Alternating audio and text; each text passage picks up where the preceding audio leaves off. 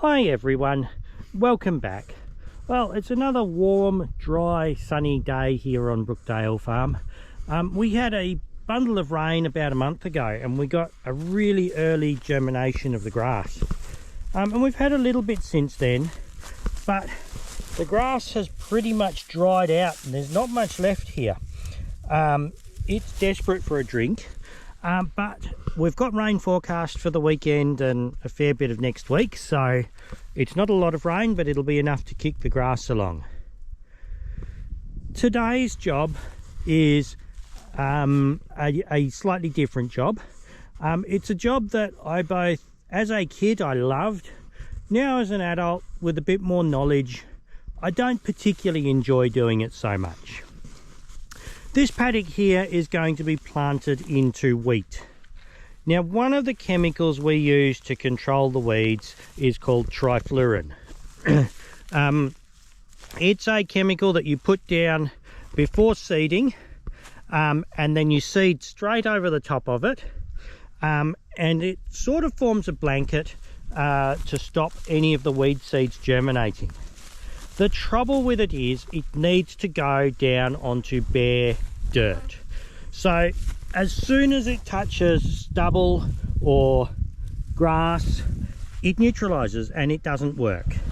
And you just waste your chemical.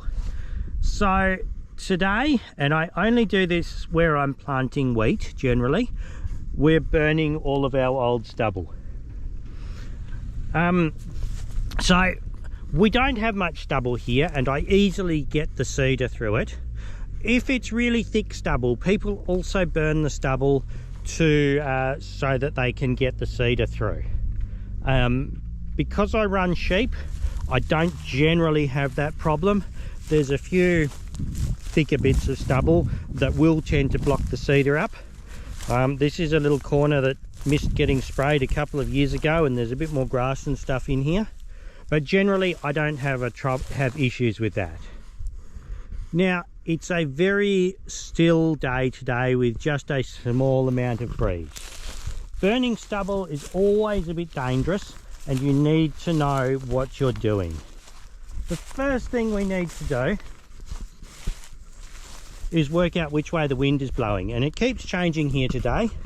There's a couple of ways you can do that. You can stick your finger in your mouth and wet it and then hold your finger up. My fingers normally taste like diesel by this point in the day.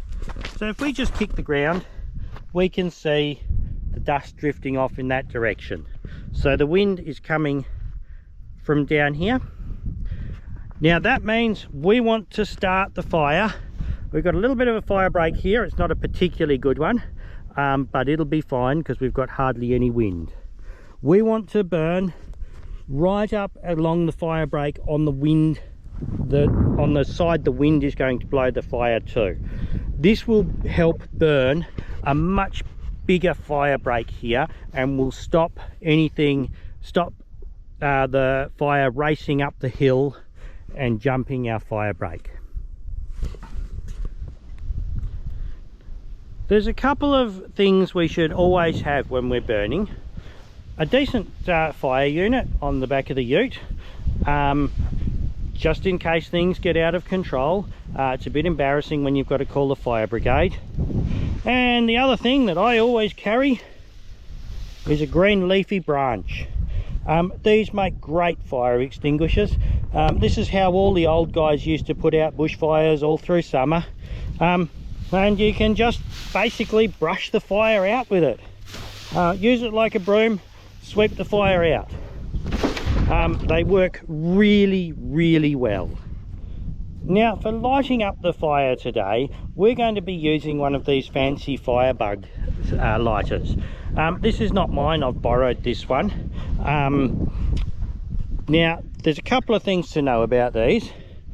This is I think it's a piece of pumice. It's a stone anyway. You've got a little nozzle here. This can block up, but when you turn the firebug upside down, a little bit of fuel comes out onto the stone and the stone keeps burning. And then we can walk along, we can dribble a bit of fuel out onto the ground and the stone keeps lighting it up. We've got a tap here to turn the fuel on and off. and we've got an air vent here. And this sort of controls how fast the fuel comes out. Now these run generally on a mixture. You can either use kerosene in these or a mixture of petrol and diesel. Now this one actually has the instructions on the top here. 25% petrol and 75% diesel. Very important to mix that right. Never use straight petrol in it. It's way too hot. Now, having said that, most people I know mix it a little bit hotter than 25% petrol, but it's you make sure you've used it for a bit first and you know what you're going to do. If you don't have access to something like this, a piece of light thin-walled steel pipe, don't use copper, you'll burn yourself very quickly, with a piece of rag stuffed very, very tightly into the end, and fill that up with the same mixture of petrol and diesel. It will soak out through the rag, and you can light that up and you can walk around, and that lasts ages. And as a kid, that's how we always used to do it. Okay, so we're going to light this up now. First thing we've got to do, turn the fuel on, open the air breather a little bit, and we want to just pour a little bit out on the ground here.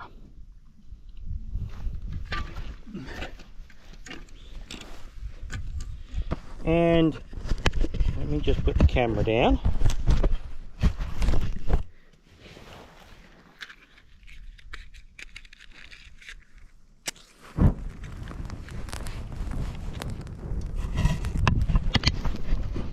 Now, we want to get a bit on the stone, and it takes a little while to heat up the stone and burn properly,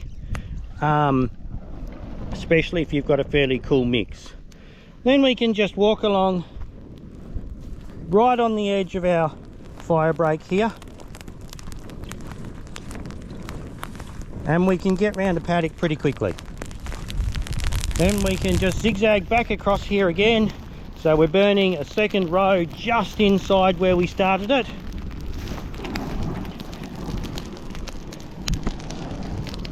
And wait for that to burn out before we start going too much further. Now the wind is swinging around a fair bit here at the moment.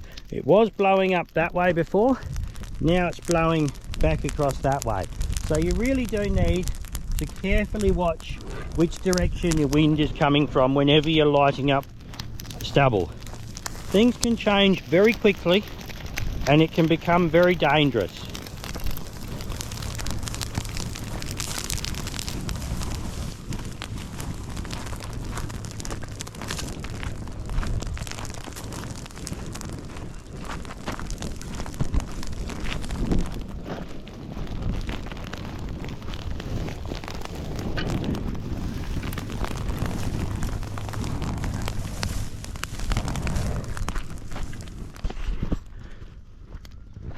Once you've burnt a bit of a fire break that you know nothing is going to jump, along here it's not that wide yet, so I'm going to put another line about 20 meters behind this one. After that we want to just start zigzagging backwards and forwards across the paddock, working our way down and lighting up as we go. If you do this on foot, it's great exercise. Today, to do it a bit quicker, I'm going to do it on the quad bike.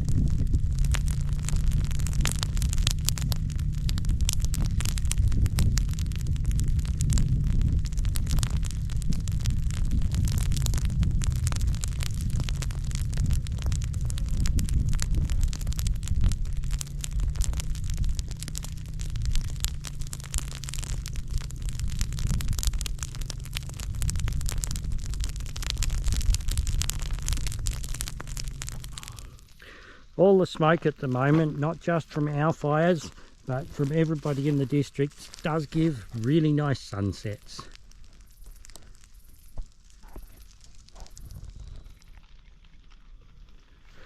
Whenever I'm burning, I always try and do as cool a burn as possible. So with a small amount of wind, often in the evening or morning when it's a little bit damp. And that just helps to keep all of this carbon here.